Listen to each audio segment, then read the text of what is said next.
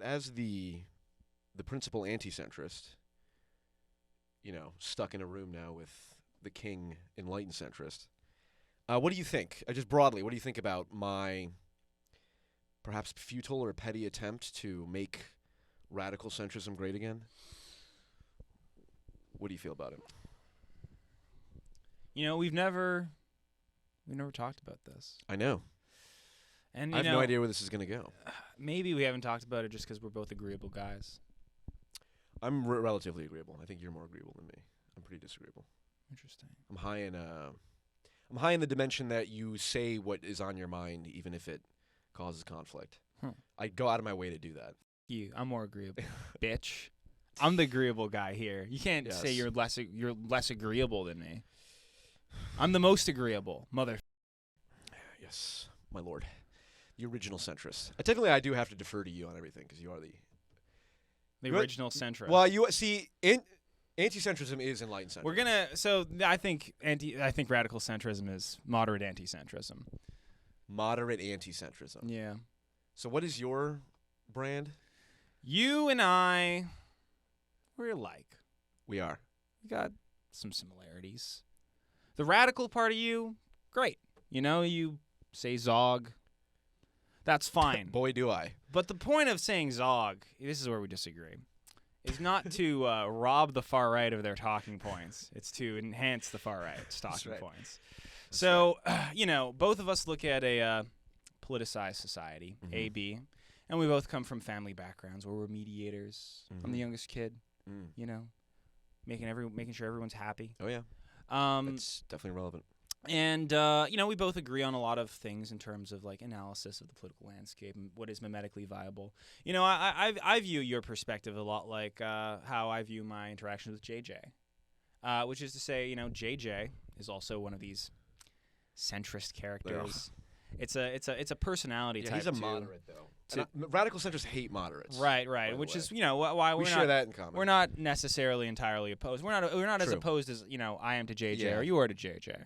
Yeah, that's fair. In a lot of ways. Yeah. So we're both looking at, let's say the left is a Venn diagram of ideas called A, and the right is a Venn diagram of ideas called B. The moderate looks at the intersection of A and B and says, well, this is where, this is like the moderate intersection of these ideas. That's what I'm going to take from. Both the left and the right, let's say the Liberal and the Conservative Party, both support Zog. And so they think, well, this means Zog is good. And that's why JJ is zogged. Now, it's true. JJ is my most zogged. Now, anti-centrism it's the exact same philosophy. It's just centrism, but it's the logical inverse. So we're looking at what the far left and the far right think about Israel, which is that they both hate it.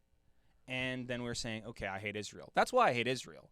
It's not I don't know the history of Israel. I'm not going to read a book about Israel to win a debate, unlike some people. I read a book about it. It's the Bible. And Jesus came back and said, not you guys, but A and B, the far extremes of both sides. You take those, you pluck those, and by plucking those, you take that linear spectrum, that autistic linear spectrum, that wrong way of viewing politics, and you make it two-dimensional. It becomes a horseshoe. And that's the fundamental idea behind anti-centrism. You want to take the far left, you want to take the far right, you want to take the worst ideas of both, you would say, and mush them together. All right, that's what you would do, and I respect that. He said sarcastically. But surely it is important, when people on the far right or the far left or whatever, they have these anti-Israel opinions. If we're going to talk about Zog, it's important to turn the temperature down on that. And one way you do that is by releasing pressure, so to speak, by leaning into, well, of course, Zog, Zionist occupied government. Of course, Zionism is the dominant political ideology. By acknowledging that, you can validate what is a very easily validated point, and then you can use that to say, hey, I'm not going to just silence you and call you names for this and that. Then that opens up the line of communication to de-radicalize, right? And to say, hey, yes, of course, Zog is a real thing, but now, what are we going to go after people like Dave Smith, who's a Jew because he's Jewish. It's like, oh, that's where you've gone too far. That's the racialist bullshit on the far right that we need to take out. And that's a great thing, right? See, maybe there's a miscommunication going on here because,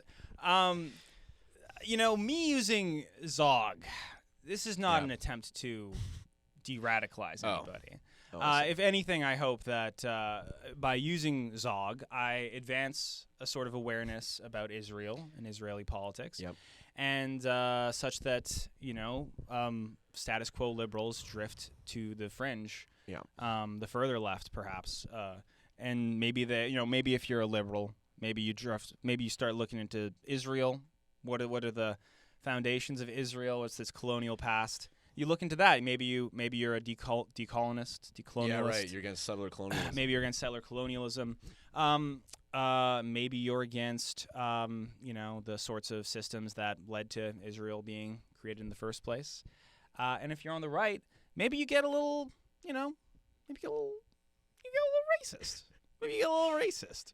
See, this is.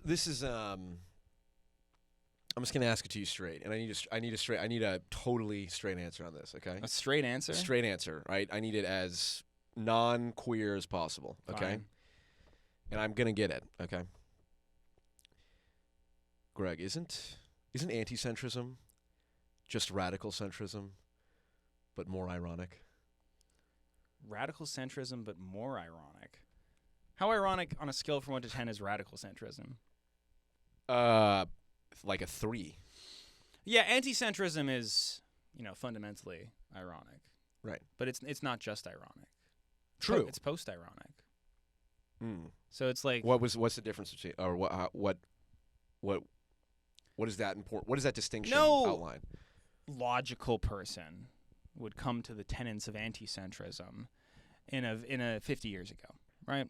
It wouldn't make any sense. Not 50 years ago, but we live in wild times now. We live in wild times now where you have the ability to, the way that we engage with politics on a meta-political landscape is you see the movements of thousands of different political tribes all at once.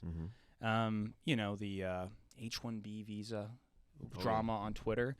The H-1B visa drama. Yeah, if you're a liberal. That wouldn't have been a thing 20 years ago. If you're a liberal or a leftist, normally when infighting happens on a political tribe, you got to be on that political tribe to notice it. Yeah. If you're a Trotskyist feuding with the Marxists, feuding with the anarchists, right? You're going to be pretty far left, and you're not going to be too familiar with what's happening on the right.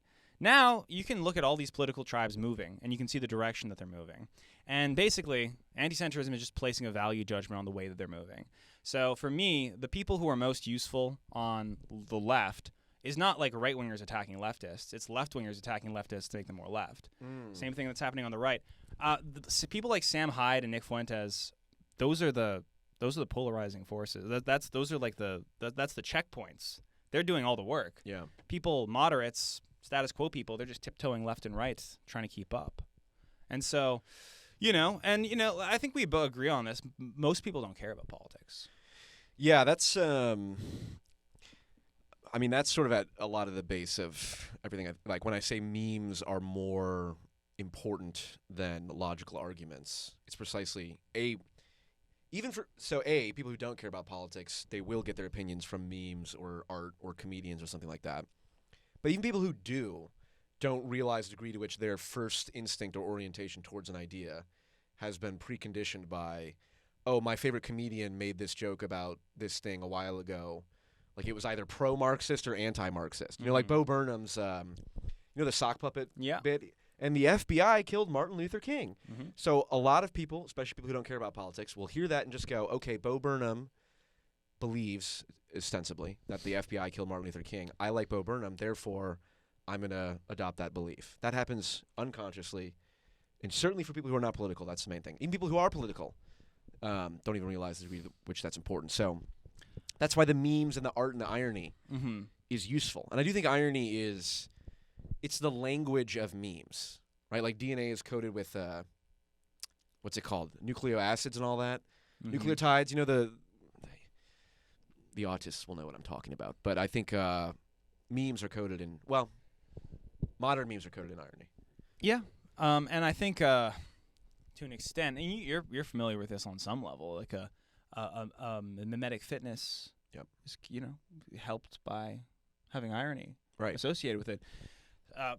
Maybe it's because a lot of people try on worldviews sort of ironically to test them out, and then adopt them sincerely. Like, for example, like, what if I was 6 years ago just a moderate centrist, right? Don't ever point to me Sorry. Call me moderate centrist. A moderate centrist. Fucking JJ out there is... we're pointing to the straw man of J.J. McCullough behind the camera. Yeah.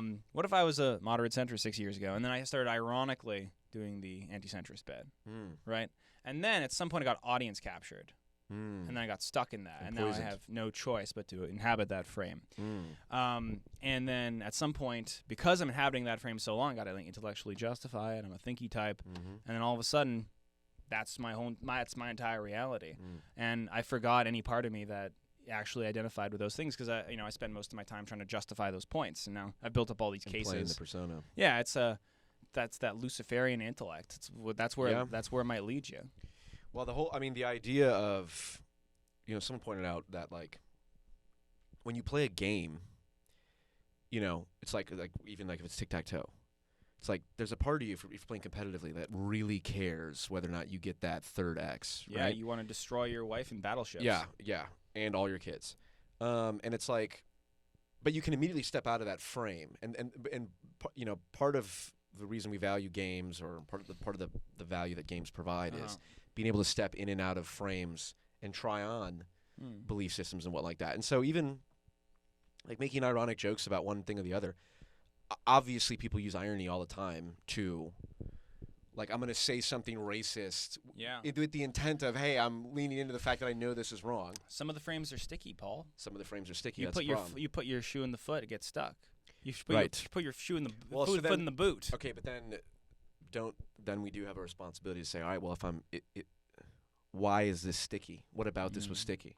Well, I guess I was racist. You think Sam Hyde put his foot in the boot and then it just got stuck? Yeah, Sam Hyde is...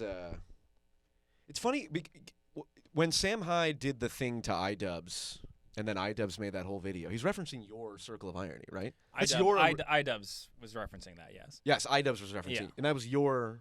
Correct, yeah. Conception, right? It was my exact model. With, I guess he made it. He did a tweak of, he made it a circle instead of, I had like layers. Yeah. I didn't. Truthfully, I didn't really mind. I think if an idea is good, you like to see it prosper, just like a baby. Yeah. You don't a meme like Zog. I don't care like if Zog, they give me credit. exactly. In fact, yeah, I don't want to get credit for that. Yeah, you probably shouldn't associate with propagating Zog. But I'm not trying to brand my kid. Yeah. Now, I don't even know how much to blame iDubbbz for like taking that idea or anything. Sure. Because I hear one of his producers actually watched my video and then sort of changed some words around and showed it to him. I don't even know if iDubbbz is to blame. I'm actually DM'd with iDubbbz. Oh, nice. He's gonna come by the studio. Is he really? Yeah. Yeah, he says he's down. Damn. We're gonna do like... You're getting... I mean, I was the peak, but at least it's not a serious, precipitous drop. Truthfully, I don't know if there's ever gonna be as good a hang as P.F. Young has been. And we're gonna disagree about some things. I'm sure. No. But that is ultimately, at my core, it's more important. I think is just the quality of the character. I agree. And that's what I've learned over my many years of having an autistic frame is you can be friends with people you disagree with. Unless they support Zog. Unless they support... Actually, I'm friends with J.J. McCullough. That's true. He's my mentor. JJ throws a wrench in it. JJ is that damn goy who throws a wrench in everything. That damn goy from the prairies. That little goy from the prairies. Now, I want to be really clear here. We're both laughing along to the Zog stuff. Yeah. I mean it racist.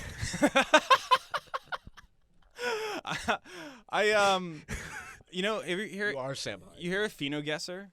Phenoguesser? I made a tweet saying someone should make GeoGuessr, but for phenotype? and someone made it. Someone made it. Phenoguesser.com. You hyperstitioned it? I hyperstitioned it. Someone messaged me. They said, "Hey, great tweet," and then like they made it. And it shows you they've got daily specials, and you can guess their racial phenotypes. I'm racially aware.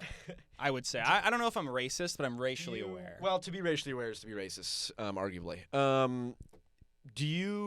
me ask a question. Because you put out a lot of good memes. They do have irony in them. I was going to say how much, I was going to frame this as are you concerned about it? But I'll frame it like this.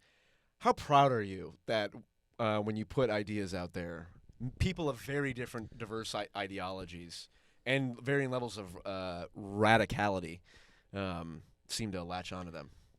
I enjoy it. Seems like it. But a lot of it is just throwing shit at the wall, seeing what sticks. But don't you have a responsibility as a content creator? No.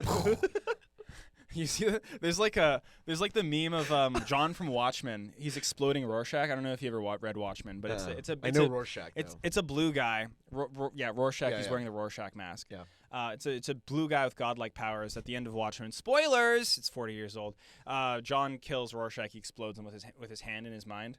And there's a meme where it's like, as a content creator, you have the responsibility to, like Rorschach saying that, and John just explodes him and says no. Good. I like that one. I need to use that more. But the thing is, I actually do think you have responsibility as a content creator. To be as racist as possible. No. I think that I feel a sort of responsibility towards having a certain standard of quality or artistic merit. That's true. Maybe not on like every individual video, but as a Sure. whο, as a process, as something to aspire towards. But I'm not going to listen to anyone who says, as a content creator, no. I will maintain my own morality, thanks, and I'll be consistent about it, and you can see that over a long period of time. And then that's a thing. That's fine. You always have to evaluate things in the frame of reference of over time, right? So like, and that's why authenticity is like tit for, game theory, tit for tat, and all that. Like tit for tat's always the best strategy. Yeah. That won't win in the short. Like if you just have 10 games, then a better strategy is to do something else or whatever. To always be aggressive or always cheat or always be deceptive. But you have to say, what is a strategy that works best in the long run? And I do think authenticity, saying what or not even whatever authenticity means, but saying what you believe to be true as best as you can. Or at the very least, not saying anything that you know that you don't believe, which is a direct quote from Jordan B. Peterson. And I do feel like a big part of me, you know what else? This is a completely separate thing now. So much of what I believe is from Hair Doctor, as JJ likes to call Jordan Peterson, Hair Doctor, which is anti-Semitic, obviously. This is news to me. I didn't know JJ's going anti-Semitism on Jordan Peterson. Yeah.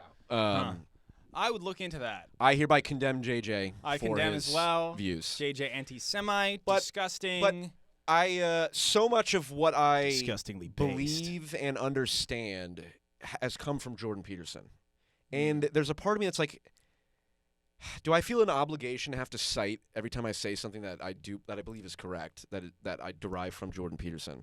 It's like cite and Jordan Peterson says this, because like the idea that say what you believe to be true, and then trust that whatever happens is the best outcome. Like I believe that to core, down to that's my most religious belief, is that say what you believe to be true and see what happens, not like you'll get the outcome that you want, and I view that as authenticity, saying what you really what you believe to be true, and.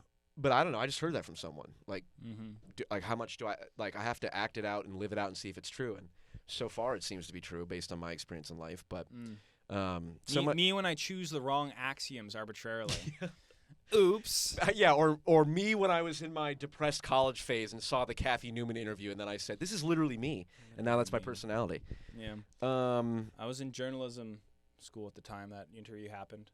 And I remember making a big point in my class to be like, "This was awesome. This guy wrecked this woman with facts and logic." Yep. Yeah.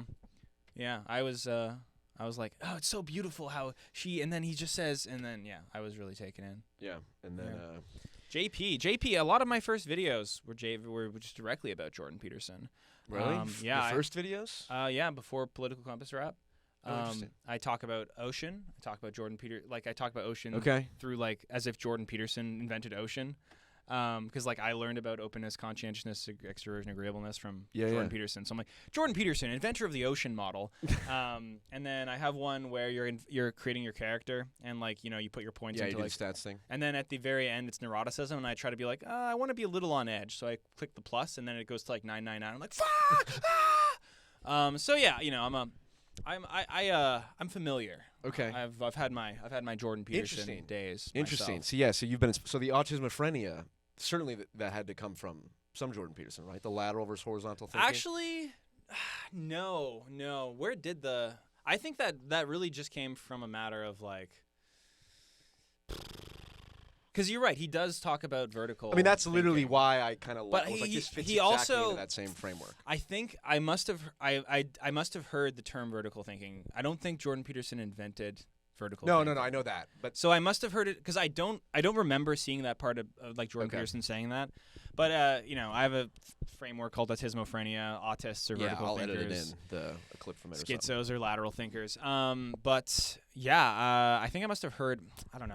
I must have heard the vertical versus lateral thinking somewhere. And the way that I connected autism and schizophrenia to that was just like I was just noticing how people were already using the term autist and schizo. Yeah. Because I was very interested in schizophrenia when I was a kid because long history of schizophrenia in my family and it continues. And so I don't know, I was doing all this research about schizophrenia, and when someone called something schizo, I was like, this is fascinating. I was like, what do they mean? And then I just thought about what they meant, and I was like, oh, that's what they mean. Like I tried to make my best definition of what they mean, and I found that it was in direct opposition to autism. Right. Autism is a neurodivergent. Why is schizotypy and schizophrenia not also seen as a sort of neurodivergence? I think Jordan Peterson's neurodivergent, and I don't. and I don't think he's autistic. I think he's neurodivergent and not autistic. He's very neurodivergent. He diverges in one direction. Yeah. This actually is an interesting topic that you can help me work through. I call people autistic a lot. Yeah. In fact, I have a video called "Why Everyone Who Disagrees with Me Is Probably Autistic," which is entirely unironic, of course. Wow, very good. He winks. But that's post-irony, right? Yeah, that's something. Well, because you mean it, right? If you mean it, it's post-irony. If you don't know if you mean it, or if you don't want them to, if there's no clear truth value to the signal that you're putting out, it's meta-irony. Oh, okay. So post-irony, you do know what it.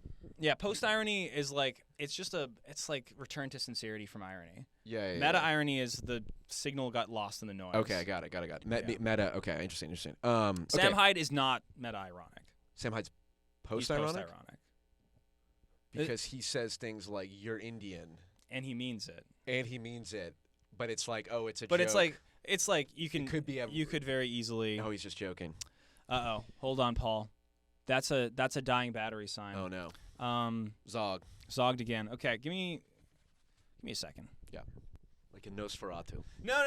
Nosferatu. Before we get into an agreeable ending, let's substantively argue. Okay. Something. Let me just. All right. Well, if you want to. Here, let me. Go ahead. I got some. Go ahead and I got some beef. I'm gonna fucking pick. Okay. Pick some beef. Okay. Your radical centrism. Yeah. I think you are. So in a neoliberal society, some J.J. McCullough is a neoliberal. Yeah. He's a moderate. He's a centrist, right? Dark centrist, you'd call him. Well, how do you conceptualize that? Because he's extreme in some areas. I think JJ is a Washington Post reading neoliberal shill. Yes, I mean, which does make sense. But like some of the JJ McCullough positions, prohibition on alcohol. You ever bring that one out? That's conservative. That's not just conservative. That is. It's fairly. That's off the compass reactionary. It's not that crazy, but all drugs banned. He wants to ban all drugs. I mean, even. Your Christian nationalists are probably doing blow. Probably. And drinking a lot, yeah. Yeah, probably. Well, Christ was an alcoholic. I mean, his blood was 16% DAC. To me, that reads as that's beyond extreme. And I like that part. I like that part of JJ. I also like the part of JJ that wants to get annexed by America. That's whack. And he's been saying that 6 years ago. Now Trump's talking about it.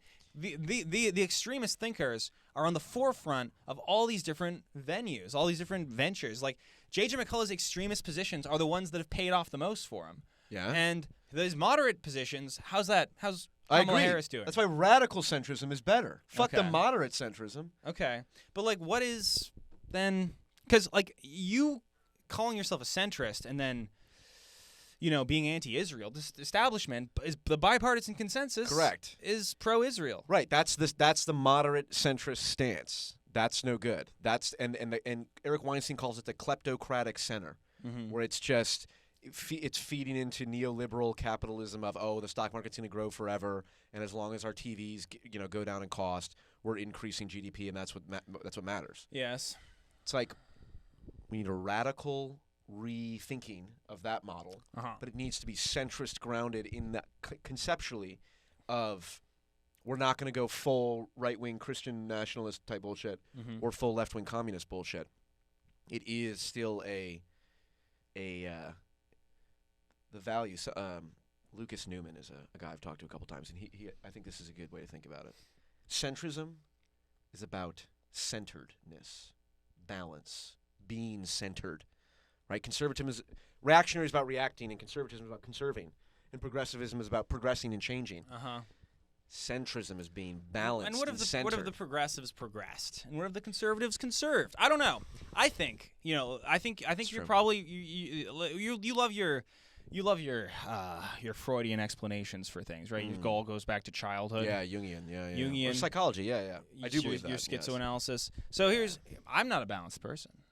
I have manic episodes, depressive episodes. I'm up and down. I never feel okay. True. So why should my philosophy reflect a sort of ideal of being a 5 out of 10 that I just don't resonate with? I'm up and I'm down. Well, maybe when I'm manic. Oh, it is recording. Okay. When I'm manic, I believe all the things I believe even more, and that's when I'm most anti-centrist. And then when I'm depressed, I'm like, who knows? Well, who knows anything? And this is good because that's the me. Yeah. That's the me. That's most me. Is when I'm most up. When my dopamine is firing the greatest. Yeah, and this is a good thing because you're sleep deprived right now. So this is a good time to go straight into the Freudian psychoanalysis. I haven't slept. I didn't sleep. So would yesterday. you regard? So would you regard? I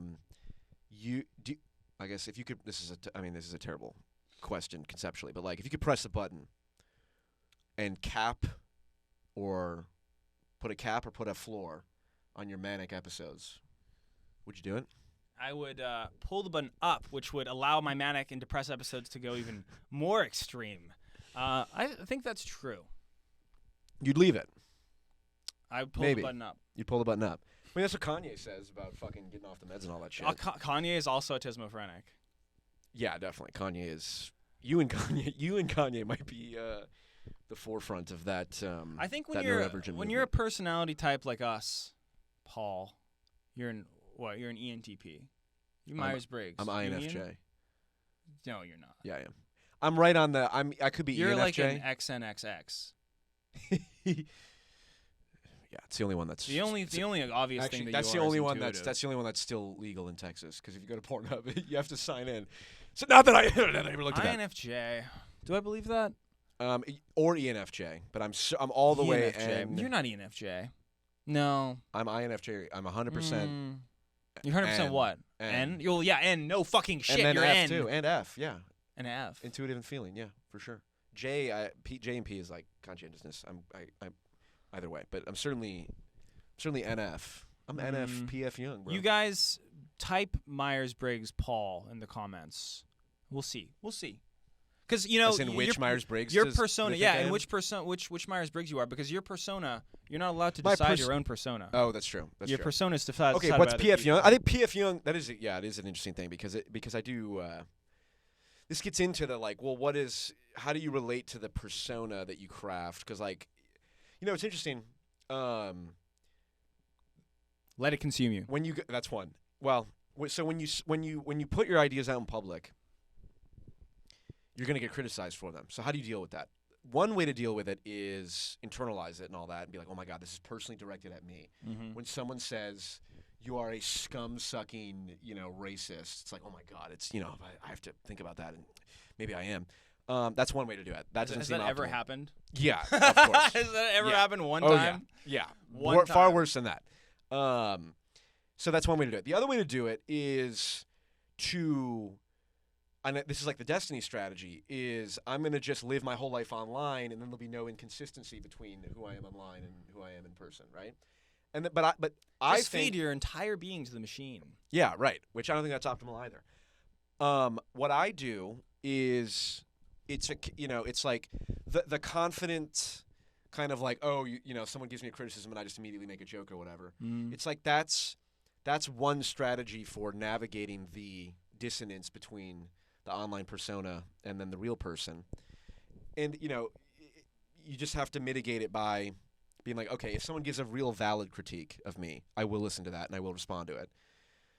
But if someone says I'm a neo-Nazi or I'm a secret LGBT advocate for the against the Christian nationalist empire, then I'll go, okay, cool. I guess actually in that case I would be more of a secret LGBT advocate for against the Christian nationalist fascists, which nobody hates Christian nationalism more than I do.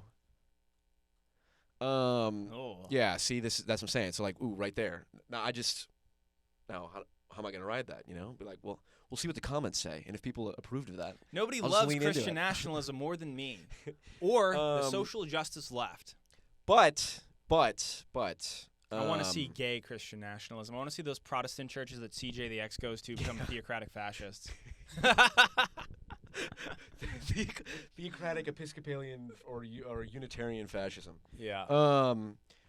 But yeah, navigating the whole, you have to use some level of like, otherwise you're just internalizing all the fucking negative bullshit, right? So you either let that define you or you put up some barrier with it. And the irony in the persona is up there. Calling everyone autistic though. Yeah. People get upset at me for this. Oh, people got upset at me as well at first. Well, and here's the thing. But geniuses are often criticized in their time. True. Thank you. You know who gets mad? JJ? Autistic people. Because they're so autistic. Oh, well, what do I care? They're so autistic. No, here's the definition of autism, because they're autistic, that they can only view the definition of autism in one way. So when you try to schizofy the definition of autistic, they get really upset. Yeah, it's true. Schizos, when you call a schizo, they're like, they love it. What a great way to use the term. Yeah, that's what I noticed. Well, I will say this is my thought process. So I don't say the R word. I say artard, or I try not to say it. I don't. But if I'm referencing it, I say artard. I think that's good. Well, I made my I have a family member who has Down syndrome, and I made a promise when I was very young to her mom that I would not use that word. And so it's solely a matter of like, I made that promise. I'm going to keep it. I know. Nice. I'm such a good person. That's Greg. nice. I know. I can never do any wrong now because of that. So that but like Down syndrome, that's fairly clearly a disability. Like there's the Shane Gillis, like they're the happiest people ever. Yeah. It's like fair enough, but that one's pretty obvious. Autism is absolutely a double-edged sword that has a lot of advantages too. So I feel less guilty about that because if someone is normally autistic, obviously you can be severely autistic. But if you're normally autistic, in no way is that an insult. And I don't use it. I don't say like, if something is stupid, that's autistic. I'm like, I'm using it in a specific way. Yeah, like I am very, too, lateral or vertical. It's a way of thinking and talking and being. It's a whole way of life. It describes an entire pattern of thinking. Right. And there are autistic people who advocate for using the term autistic like an adjective instead of a mental illness or diagnosis. Yeah. So this is the entire neurodivergence movement as well. True, I mean, calling autism a mental illness, it's a double-edged sword. Here's what I'll say, though. Here's what I'll say. The thing that does like make me go, okay, I have to really, it's a thing about like, it's not that I'm not paying a price for this. It's that I'm willing to pay the price. But like, am I willing to do this? It's like, I could imagine, and this could come up in real life. Like say I meet someone in real life, and they see my YouTube channel, and let's say they have kids, and their kids are severely, or one of them is severely autistic to the point where it's like really bad. That I would be like, fuck. That it sucks that they would see my channel and it would say why everyone who disagrees with me is probably autistic. Yeah. But and here's the thing, that sucks, and I know in my heart that is not why I'm doing it, and I believe the value of that meme and using autism like an adjective is helpful. Yeah. To the point where I'm willing to pay that price, quote unquote. Of course, I'm not the one willing to pay the price. It's the parent whose kid is getting feels like it's getting not normalized. Neurotypical cracker bravely uses disparaging language. God bless America. So what I would like is everyone to just know how wonderful I am for that. But my point is, The reason I'm okay with that is because if my thing was, well, I can never say anything that will offend anybody, it's game over. You can't say anything. So I chose a severely autistic as the sacrificial lamb. Well, you know, unfortunately, and that sucks. And with I'm not unaware the use of the R word, that does seem to be the punching bag these yeah, days. Well, R that word's too. Back in a big fashion. Yeah. So really, what I'm doing is I'm trying to don't say. Yeah, don't say that. You fucking autist. Autist. Yeah. There's really. It's autism is so in vogue. Everyone's fucking got autism now. That's true. Neurodivergence. People is are right accusing now. JJ of having autism or JJ's ADHD autistic. or something. JJ is. I know. Listen, I'm not qualified to say this. JJ's autistic for sure. He knows too much. I disagree. You don't think so? I think he's more schizo. I think he's a this schizo with an autism mask. This is irony. No, he's a schizo with an autism mask. He's like what a schizophrenic would do if he was impersonating an autistic person. He's like, what do normal people like? Yes, Funko Pops. That's what's normal. But no, he's like he has like 4 tent poles of axioms that he puts down, and his ego is a tent that's like liable to blow away. He was on my friend Sisfist55's podcast. Sisfist55 was pushing back against him, like, well, you love America, but what about colonialism, settler colonialism? And instead of like actually fighting back, he just kind of sighed and was like, well, what's the point of anything? It's like the mask dropped for a second. It's like he just picked arbitrary points in his identity, and I know because that's what I did. I just picked random things to make my ego grounded so I didn't float away, and saw where that got me. Yeah, but even if you pick them randomly, you do see what happens when you act them out. Right? Yes, yeah, and then it's valuable to pick them. Yeah. We agree on that. That's very Petersonian. Yeah, that's what I was gonna say. Well, even that of like just a lot of my ideas came from Peterson. Yeah. But then it was like I acted those ideas out, right? And they have benefited me. Now that 10 years from now, it turns out that maybe if I go on Destiny's podcast or thing and say maybe Israel did 9/11, that actually has negative consequences long term rather than positive. Well, now you know. But I fucking doubt it. Life is a learning process. That's true. What was I gonna say about that? Because that's very interesting. Oh, I always looked at myself as Jordan Peterson. Like, what if I took everything he said about like a postmodernist and just lived it out and was miserable, and that's what I've been doing. But I think in the core of your being, it rejects that. Core of my being rejects it. Core of who? Core of who now? Core of my being. I hardly know him. I'd say this politics stuff. You have this is another main difference. Yeah. I mean, you have a sincere political project. Sincerity is overrated, and I don't want to let the mask show or fall. So. Okay. But sure, I do. Yeah. Okay. Let's say. And I would never take full responsibility for the political project I advocate for because I need the FBI to not investigate me. True. It's seriously like I can't afford. Yeah. I can't afford that. So I need that protective shield. Even if I'm saying things I believe, I need it. Especially when I'm saying things I believe.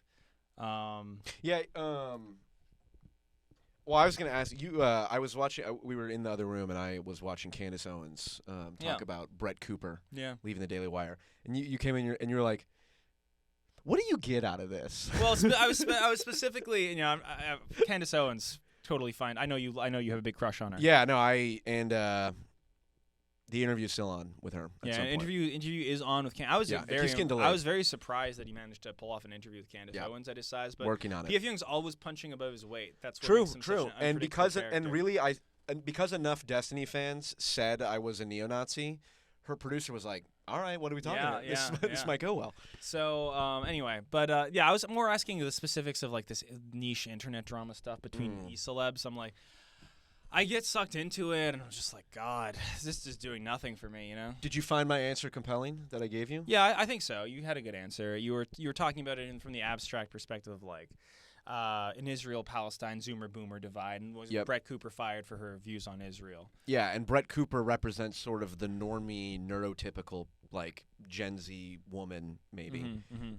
As if there's any neurotypical Gen Z women. Am I right? Yeah, they're all on the medications these days. But like, so her, if we don't know, but if she was forced out from the Daily Wire because of Israel-Palestine views, that would be a leading indicator of, I think, how people's attitude will be, going forward. So that's why I was looking at it. Okay. And there is obviously, and this is my biggest problem, is I spend a lot of time online, and it is not obvious how much of it is being wasted. And it's just all cope.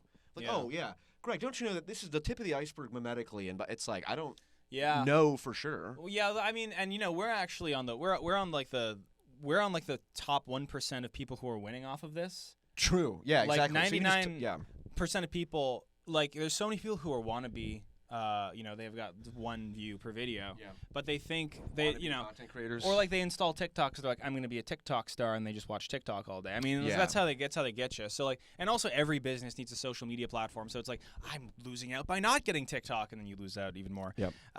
Anyway, one thing I wanted to say. This is going back. Yeah. Is I want the R word. Mm-hmm. It's it isolates people. Mm-hmm. Like there are people with Down syndrome that might get isolated. On the other hand, see that hot chick I'm dating? Yeah. She found out about the studio and she heard us say retarded. And she was like, "That's cool." She was like, "I belong here." And so, the thing with slurs is that yes, they isolate, but they also bring people together. Yeah. Yes, you're creating an in-group and an out-group. It's just like irony. Yeah, it is true. It's like it's just code. It's just like it's people who say it's like any other statement, like trans women are women, or Jesus is Lord, or all this different stuff. It's just signaling, and it is in-group, out-group. You can't have an in-group unless there is an out-group. Yeah. So maybe. So P.F. Young agrees with me on the slurs take. So he's an ethno-nationalist. Yeah, and the racism. And he says everyone's racist. Yeah, and everyone's trans too. And everyone's trans. Well, everyone is non-binary, by the way. I got roasted for this by people who will not be named. Some they thems. I'm excited by this because I don't often get to talk about the culturally far left part of me. Nice. All right. Yeah. Well, what do you think of non-binary? You think everyone's non-binary? I think gender is a mental illness. I think one gender is a mental illness. I won't tell you which one though. He's talking about broads. He's talking about dames, skirts, and birds. Dames, skirts, and broads. Hey. Broads. Yeah. Okay. So everyone's non-binary. What do you mean by that? Everyone's non-binary, meaning everyone has masculine and feminine aspects within them, and masculine and feminine are by definition opposites. Even if you reversed all the traits that we consider masculine and reversed them and just called those traits feminine, they'd still be opposite to each other. Mm-hmm. So masculine and feminine are opposites, and then but they correlate to sex. Like males are more aggressive for biological reasons. I'll go a few steps further here and say I find those neo-pronouns and new genders very exciting, and I think they're the future because we are headed towards a transhuman singularity. Yes, precisely. And so not only is it it's the thing to bet on, but also it's kind of fun. If I could, put a helicopter, on my ends, literally identify as an attack helicopter and go flying around, killing my enemies with fiery lasers. That's cool. That's fine. And if I had to refer to them as like copterkin, that's probably where we're headed. I'm betting on that. Yeah, if you really wanted a true spiritual examination of like irony manifesting hyperstition, it's like the attack helicopter meme really is an example of some potent thing where it's like for certain people it's literally that. I mean, it's literally the neo. I identify as neo penguin, they them post irony, and I can't even say it without sounding like fucking Ben Shapiro, like, oh, these people identify as a penguin. It's like, I don't know, like the bug, Zimzer. Do you refer to CJ the X as they? I refer to CJ as, it's funny, I was just talking to him about this. He goes by he, they. In his own, like, when he puts his he/they thing. He gives that out as a olive branch to crackers. Yeah, exactly.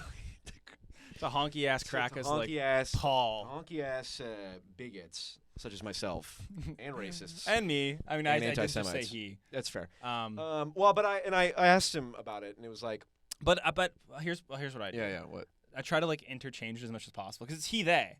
Yeah. And he they is the most. I hate it because it's like the most centrist. It's he didn't pick. Fuck. They didn't pick a fucking side. That's why we get along so well. And that's why I hate. That's why CJ the X is my rival. Yeah. See, oh my God, it is just a radical centrist. Yeah. They just pick one. Yeah. That's funny. Yeah. I will say, like, the non-bi.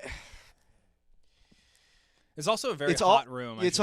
I know. It's getting up there. We're gonna call it here pretty soon. But I will say, the most important thing is love and pragmatism. And truth is up there. This is actually, there's a lot of people, Greg, who watch my channel who are Jordan Peterson fans. And this is something that as a Jordan Peterson fan, I internalized incorrectly. Because Jordan Peterson talks about truth, right? Say what you believe to be true. Never lie. Truth, truth, truth, all the time, right? You can be very autistic with that because it's like, oh, this baby's fucking ugly, like that's not truth, right? Yeah, I agree. And what I missed was, and he says this specifically, and he uses a metaphor. He says, truth is the handmaiden of love. So what's more important than doing what you think is true is doing what you do in the spirit of love and to have a loving attitude. And it doesn't mean like reflexive empathy, right? Like if you love your children, you discipline them, so on and so forth. So it's like actually love is more important than whatever commitment to some idealistic truth you have. So even if I, on principle, am like they, them, that's fucking gay. I will break my rule if I respect the person and I'm trying to show, being in the spirit of love. And so maybe all these Zog folks, maybe it is their land, like God said. Right. It's their land. You've come around on Israel, huh? So, I figure that's... Well, look, it all started with Adam and Eve, and it all ends with the Book of Revelation. What's the logic? Where did you get? How did you get the logic from love to the settler colonialism is logic? Justified? Greg, when you walked in here, you said the three things that are most important is love, pragmatism, and the truth, and then you're fucking ending. It's a completely incoherent conclusion. I mean, it's not even my frame, and I'm annoyed that you didn't put it together properly. Incoherence. Okay, here's what's important: falsehood, incoherence, lies. Never gooning. Never gooning. Occasionally. Gooning. Proper moderate amounts of gooning. Sometimes you're gonna throw away a day to have a one night stand, and you can just masturbate, and then you don't do that, and it's actually good for you. And no one wants to admit that about porn. No one wants to admit that. Yeah. So I was fucking this. No, I don't know what. Maybe I'll cut it out there. What was? Did you say you wanted to ask me about something? Advice about something? Yeah, the autism thing. Do you think I should call people autistic? Oh yeah. Well, probably. Yeah, and then okay. What? Yeah, I think on your end we can wrap up here. Sorry, I'm sleep deprived and currently boiling to fucking death in this audio room. And locked in a room. Oh, love. Okay, here's what I've learned. Yeah. I've learned that love is good. And the community I built here, we've got a lot of people from all over. We got a transhumanist, we got an anarcho-capitalist, and we got all kinds of people here. But you know what unites us all? Love. YouTube love. Yeah, love. I forgot. Love is what YouTube unites views us all. And subscribers. Maybe I actually think maybe love. You know what? I'll add. I think love is important, but you know what I think is also very important is communitas. It's that feeling you get when you find your people and you feel that clicking sensation, like you're where you should be with you're talking to people you should talk to. You're where you want to be. And I yearned for that feeling my entire life, and I only found it somewhat recently, and it's been good. It's made life worth living, and very few things that I learned about politics in my years of studying politics were relevant to learning that lesson. So, that's that. So I should just kill myself then. If you listen to our buddy Art Chat, you'll see the answer. You'll see the axiomatic answer to that one. All right. I think we'll end it here. Wait, hold on, wait.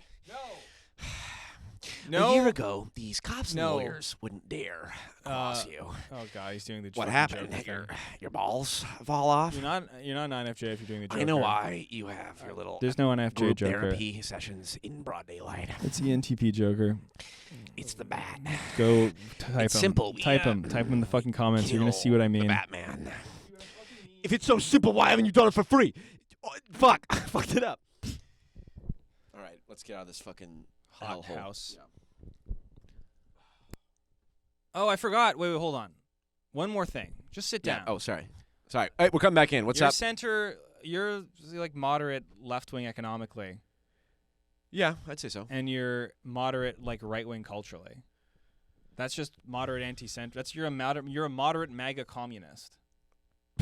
MAGA communist is like an asshole. That's like as anti-centrist as you can be. The neoliberal status quo is socially left-wing and economically right-wing. So radical centrism, which is just what you are, it's just moderate anti-status quo. Like you're like somewhere halfway between me and JJ. Yeah. Maybe in the middle. God. Fuck. Okay, that's it. We're all in hell.